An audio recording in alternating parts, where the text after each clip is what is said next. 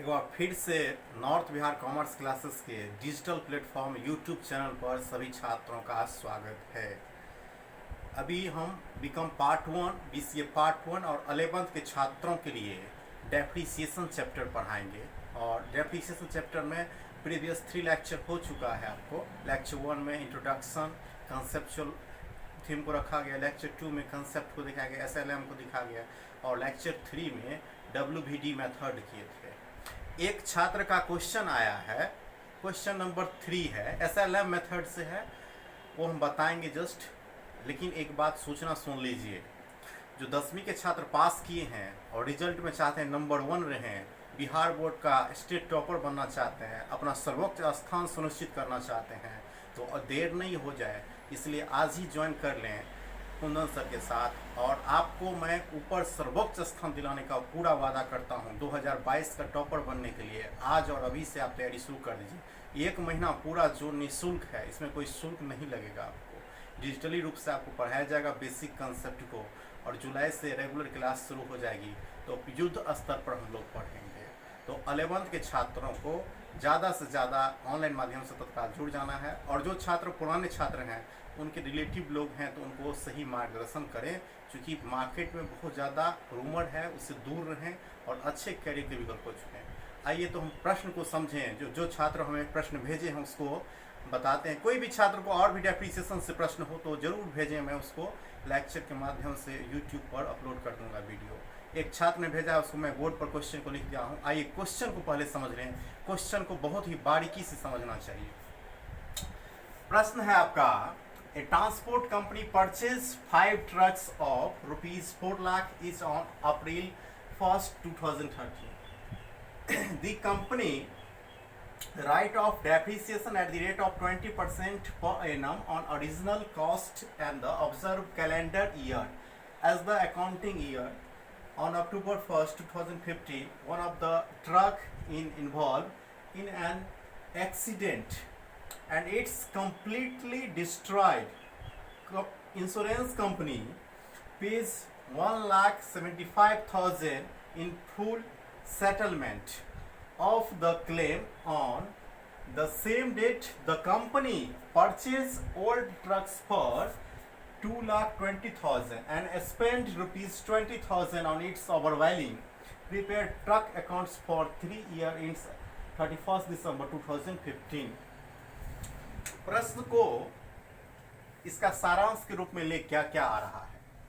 5 truck है और पांचों ट्रक का जो कीमत है वो है 4 लाख। एक कॉम्प्रिहेंसिव वे में है, यानी कि अगर एक ट्रक का कीमत निकालेंगे तो 5 से भागा देंगे तो यहाँ पर 80,000 आ जाएगी। और ट्रक कब ले रही है? 1 अप्रैल 2013 को। और फिर इस कंपनी में जो है प्रत्येक साल 20% की दर से डेप्रीसिएशन भी चार्ज की जाती है। एक चीज ये आया।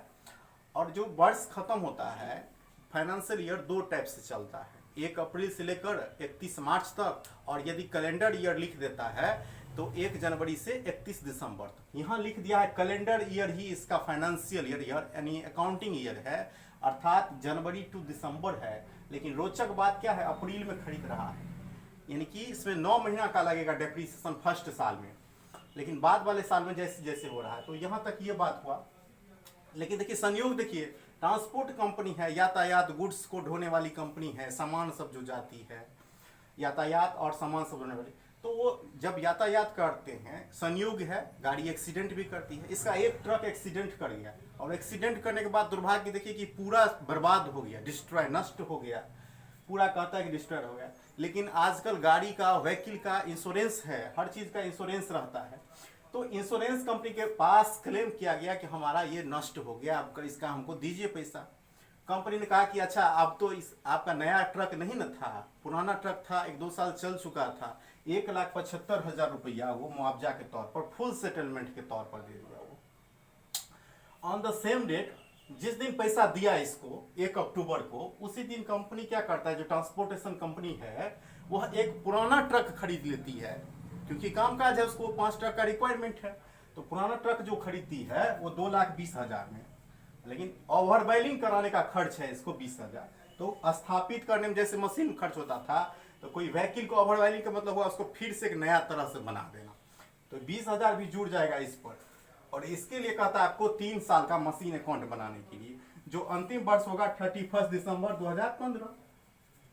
तो क्वेश्चन का मेन बात आया कि 5 ट्रक खरीद रहा है, वो अप्रैल में खरीद रहा है, लेकिन वर्ष हो रहा है दिसंबर में, तो पीरियड जो है ड्यूरेशन कंप्लीट करना है, वो अच्छा से इसमें कैलकुलेशन करना है। आइए सबसे पहले फॉर्मेट बनाते हैं, इसके बाद इसमें अकाउंट बन जाएगा। बहुत इजी है, प्रश्न में कोई जानने 3 नंबर क्वेश्चन है जो विद्यार्थी हमको भेजे हैं, इसलिए मैं ये प्रश्न बता देता हूँ। बहुत गौर से देखिए, यदि और कोई भी विद्यार्थी को प्रश्न रखता है तो वो अवश्य भेजे। सबसे पहले ऊपर में लिख देंगे ट्रक अकाउंट, जिन एसेट्स का बनता है खाता उसका नाम लिखा जाता है, साथ में उसमें अकाउंट भी लगा देते हैं। Question number 3, truck account. इसके साथ क्या करेंगे हम लोग, 6 कॉलम का फॉर्मेट बना लेंगे, या चाहेंगे तो आप वो भी दे सकते हैं, जेएफ का date, particulars,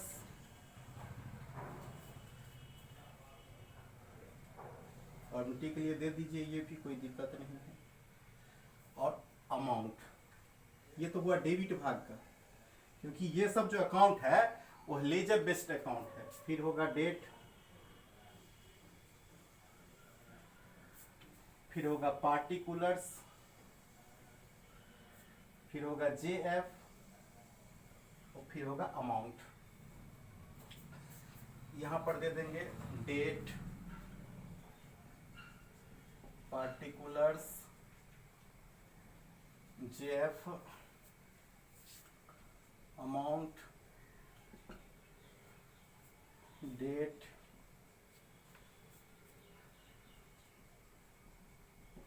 particulars, JF, amount. ये फॉर्मेट आपका बन गया। फॉर्मेट जब बन जाती है, इसमें रुपीस का जरूर दे देंगे सिंबल, ताकि ट्रांजैक्शन का पता चलते रहे इसमें।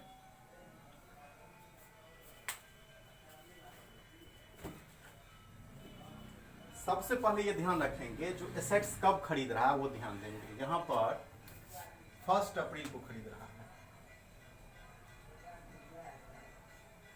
और 1 अप्रैल 2013 में खरीद रहा है।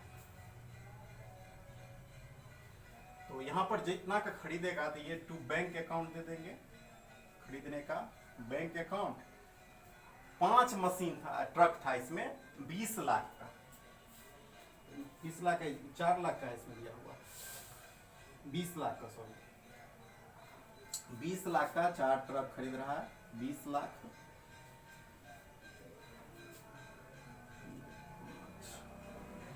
क्लोज कर देंगे इसको, कोई खर्च अतिरिक्त नहीं है, 20 लाख।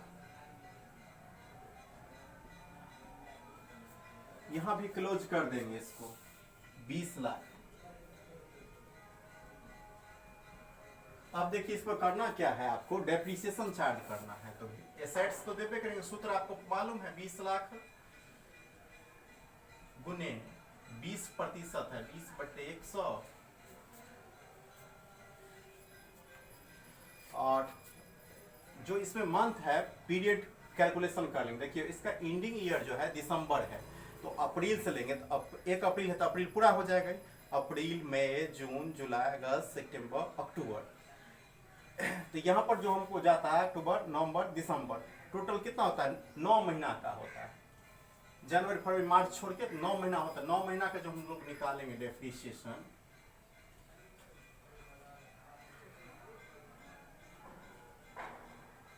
यहाँ कर देंगे 20 पंचे 100, 5 से कर देंगे तो ये 4 से कट जाएगा, 3 तो 5, और ये हो जाएगा 3 तिया 9, 3 चौका 12, 4 से कट गया 1 लाख। 1 लाख को 3 से गुना करेंगे, 3 लाख हो जाएगा डेप्रिसिएशन। यहाँ लास्ट डेट लिखेंगे जब क्लोज हो रहा है तो 31 दिसंबर, क्योंकि कैलेंडर ईयर ही दिया गया है, और वर्ष 2013 यहाँ पर हो जाएगा। बाय डेप्रिसिएशन अकाउंट 3 लाख दे देंगे। अब देखिए इसके बाद क्या है, इसका क्लोजिंग बैलेंस निकालना है। सेम डेट को क्लोजिंग बैलेंस निकालेंगे by balance carry down. 3 lakh जाएगा 20, ये जो 20 लाख है इसमें से जो घटता है वही बैलेंसिंग फिगर क्लोजिंग निकालता है। ये कितना होगा 17 लाख, और ये 17 लाख ट्रांसफर हो जाएगा अगले साल के लिए। 1 जनवरी को होगा, वहां से ट्रांसफर जो है 1 जनवरी 2014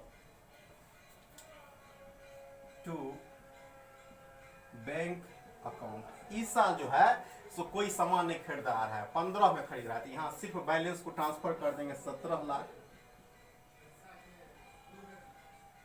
इसको क्लोज कर दीजिएगा 17 लाख, इधर भी हो जाएगा 17 लाख। क्लोजिंग का मतलब है दोनों तरफ क्लोज करना है, डेबिट और क्रेडिट। यहां देखिए आपको करना क्या है, फिर डेप्रिसिएशन निकालना है 31 दिसंबर 2014 बाय डेप्रिसिएशन अकाउंट। अब देखिए उस साल तो लगा था 9 महीना का, इस साल लगेगा पूरा जो 20 लाख है उसको 1 साल पर लगेगा। यानी देखिए 20 लाख का 1 साल के लिए हम निकालेंगे तो कितना हो जाएगा 20/100, 20 पंचे कट गया 5 से, क्योंकि हमारा ये जो है SLM मेथड है, straight line method, original cost method उसी को कहते हैं, फिक्स इंस्टॉलमेंट। 3 गो नाम है, original cost method, fixed installment method और स्ट्रेट लाइन मेथड। यानी कि एक बार जो लगेगा सेट्स, ये इसमें महीना कम था इसीलिए कम लगा, और इस साल इसका पूरा यूज होगा तो पूरे पर लगेगा। ये देखिए 20% लगा है तो 20 पंचे 100 कट गया, 5 से काटेंगे 4 और 2 0 3 0, यानी कि 4 लाख हो जाएगा। यहाँ पर डेप्रिसिएशन कितना हो जाएगा 4 लाख, 1 साल का डेप्रिसिएशन 4 लाख हुआ, उसमें 3 महीना कम था इसलिए उतना कम है। इसका भी क्लोजिंग निकाल लेंगे बैलेंस, तो बाय बैलेंस कैरी डाउन हो जाएगा 4 लाख चल जाएगा तो कितना हो जाएगा 13 लाख, 13 लाख दे देंगे। ये 13 लाख इस साइड आ जाएगा, अगला साल ट्रांसफर हो जाएगा 1 जनवरी को, क्योंकि ये कैलेंडर वर्ष को माना है। 1 जनवरी 2015 टू बैलेंस ब्रॉड डाउन, उस साइड का इधर आ गया। यहाँ भी बैलेंस ब्रॉड डाउन करके आपको ही देना है, बैंक नहीं देना है, बैलेंस ब्रॉड डाउन कर दीजिए, ठीक रहेगा। अब इसको क्या करना है, ट्रांसफर कर देना है इस साइड में, तो कितना हो जाएगा 13 लाख। लेकिन इस साल देखिए खरीद रहा है, इस साल क्या कर रहा है 1 अक्टूबर को 2015 में, 15 का साल चल रहा है, इधर लिखेंगे खरीद, जब भी एसेट्स खरीदते हैं तो यहाँ लिखते हैं 1 अक्टूबर 2015 को टू बैंक अकाउंट दे देंगे। और देखिए इसमें 2 गो चीज है, 2,20,000 का मशीन है, ट्रक है, और 20,000 ओवरवेलिंग पर खर्चा हुआ है ट्रक पर, तो 20,000 ये भी देंगे, ओवरवेलिंग भी खर्चा हुआ तो इसी पर आएगा 2,40,000, इसको जोड़ देंगे। यही आपका आखिरी वर्ष है, इसी हिसाब से निकालेंगे। तो ये आपका जो है आ जाएगा 17,40,000,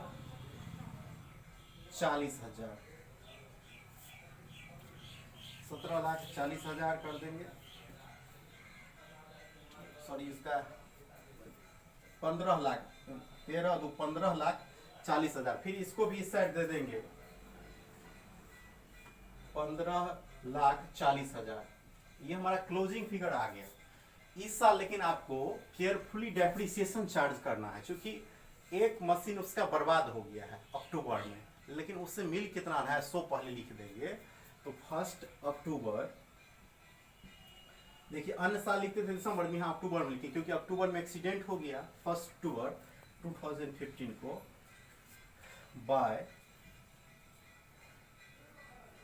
बैंक अकाउंट। उसमें ये भी लिख सकते हैं इंश्योरेंस क्लेम हो रहा है, तो ब्रैकेट में ये दे देंगे इंश्योरेंस क्लेम, यानी क्लेम से आ रहा है रुपया।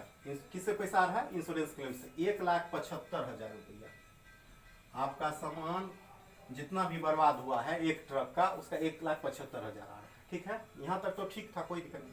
अब जो ये ट्रक हमको मिला, इससे जाहिर सी बात है प्रॉफिट हो नुकसान हो इसका कैलकुलेशन करबे। तो इसका अगर प्रॉफिट होता तो इधर देते, प्रॉफिट होगा इधर देंगे, लॉस होगा तो इधर देंगे। डेफिनेटली लग रहा था कि लॉस है, इसलिए हम इसको क्लोज कर दिए हैं। अब आपको इसका कैलकुलेशन करना पड़ेगा। पहले एक मशीन का डेप्रीसिएशन, क्योंकि एक ही मशीन दुर्घटनाग्रस्त हुई है तो डेप्रीसिएशन उसका चार्ज करना पड़ेगा, यानी कि 9 महीना का डेप्रीसिएशन चार्ज होगा सितंबर तक। तो पहले डेप्रीसिएशन लगा देंगे 1 अक्टूबर 2015 बाय डेप्रीसिएशन अकाउंट। और डेप्रीसिएशन अकाउंट में यहाँ पर एक मशीन का कीमत निकालना पड़ेगा। यहाँ पर देखिए एक मशीन का जो कीमत था, टोटल 4 मशीन का यहाँ दिया हुआ था, 5 मशीन का कीमत, एक मशीन बर्बाद हो गया।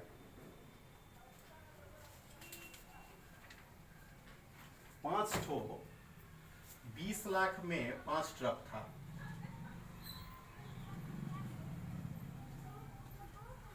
बीस लाख में 5 ट्रक था, तो 5 से देंगे तो कितना का हो गया, 4 लाख का। 4 लाख का ट्रक था, ठीक है। और 4 लाख के ट्रक में कितना का अब बचा सो देखिए। पहला साल इसमें डेप्रीसिएशन लगा है तो 3 लाख डेप्रीसिएशन लगा है, यानी फर्स्ट ईयर जो डेप्रीसिएशन लगा वो 80,000 लगा इस पर ट्रक पर। दूसरा साल जो लगा है तो 5 से दे देंगे भागा इसमें, इसका सबको निकाल लीजिए अलग अलग। 3 लाख है, 3 लाख को 5 से दे देंगे तो 60,000 हुआ। 60,000 प्रथम वर्ष का। दूसरा साल को 4 लाख है और 4 लाख में फिर 5 से भागा दे देंगे, 80,000 आ गया। ये तो 2 साल का हो गया डेप्रीसिएशन। और तीसरा साल में डेप्रीसिएशन कितना लगेगा वो भी चार्ज करना है, क्योंकि एसेट्स आपका जो है 4 लाख है। तो 4 लाख पर आप जो डेप्रीसिएशन चार्ज करके देख लीजिए कितना होता है। 4 लाख गुने 20/100 गुने 9/12, 20 पंचे 100, 5 से गया 80,000। अब जो है यहाँ 3 तिया 9, 3 चौका 12, ये चल जाएगा 4 से, 4 दूनी और 20,000, 20 दिया 60,000 हो रहा है। तो यहाँ पर डेप्रीसिएशन जो होगी तो कितना हो जाएगी, 60,000। ये तो 60,000 इस साल भी। तो 3 साल का जो डेप्रीसिएशन हो रहा है टोटल, वो देखिए जब तक बिका नहीं तब तक होगा 60,000, 80,000, 60,000। तो 60 1,20,000 और ये इसमें 80,000 जोड़ देंगे तो 2 लाख रुपया आपका जो है सो ये उसमें चल जाती है। 2 लाख रुपया आपका चल गया। और मिल कितना रहा है, 1,75,000 मिल ये रहा है। तो 4 लाख का एगो सामान है ट्रक आपका, जिसमें से 2 लाख रुपया आपका डेप्रीसिएशन में चल गया, 1,75,000 रुपया मिल गया। तो घाटा कितना का लगा है, 25,000 का लॉस लगा है।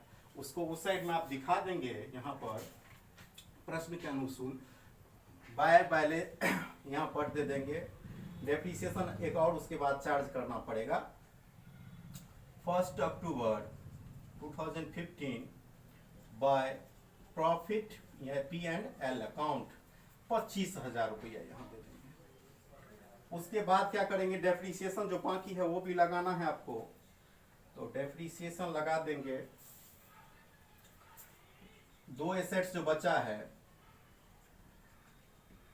शेष जो बचा था, यानी कि जो 16 लाख का जो एसेट्स बचा था, तो 16 लाख पर जो डेप्रीसिएशन लगाएंगे 20% की दर से, उस पर तो लग जाएगा टोटल।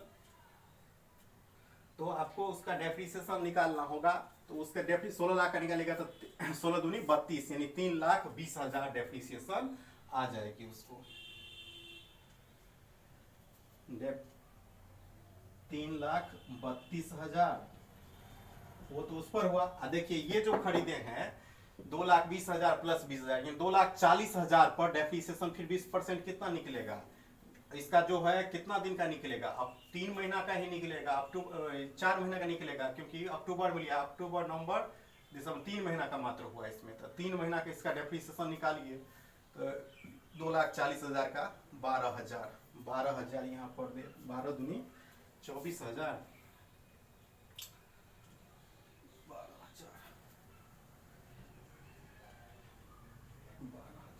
3,92,000। अब इसको जो है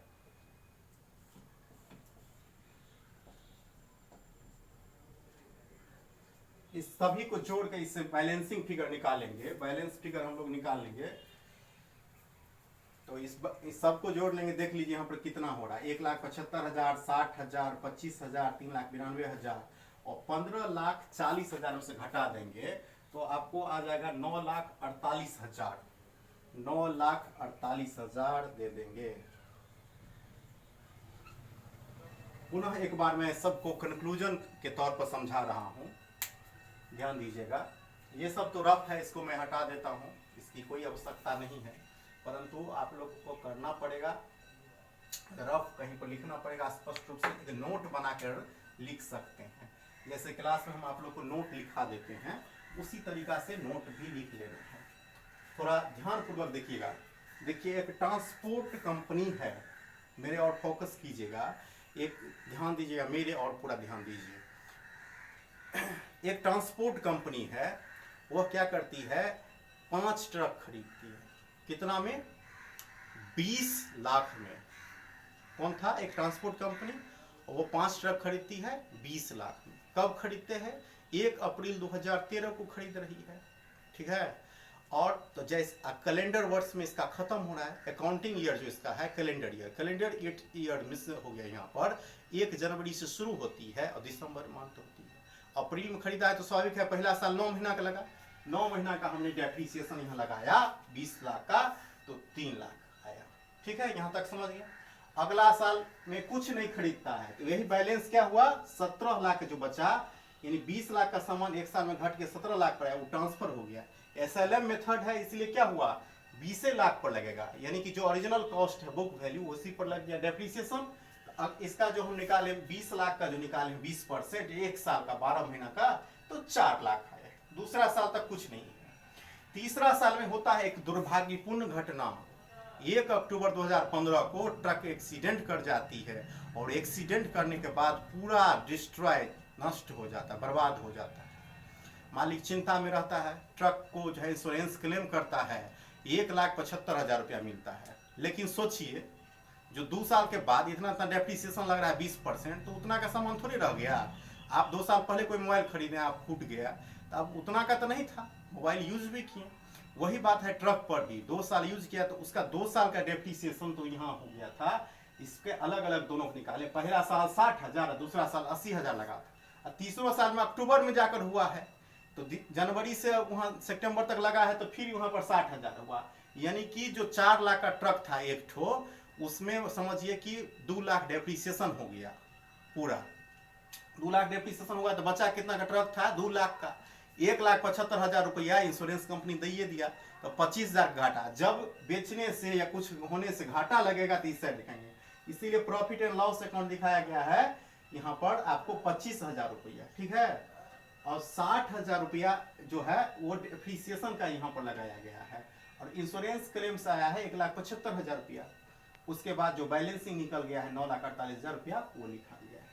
सेम है यहाँ पर देखिए, जो मशीन खरीदा था उसी में दूसरा ट्रक जो खरीदा था 2,20,000 और 20,000 का और वैल्यू। बहुत अच्छा से हम इसको बता दिए हैं, आप लोग भी प्रयास कीजिएगा, आराम से समझ में आ जाएगी। यदि कोई दिक्कत रहती है तो हमको बताएंगे फिर। और भी कोई विद्यार्थी को अगर क्वेश्चन हो, कोई भी क्वेश्चन डेप्रिसिएशन का समझना हो या कोई कंसेप्ट में दिक्कत हो, तो बेहिचक बिना शर्म के हमको व्हाट्सएप पर भेज दें, हम उसको लेक्चर में जब समय मिलेगा तब आपको हम डिलीवर कर देंगे। बहुत बहुत धन्यवाद।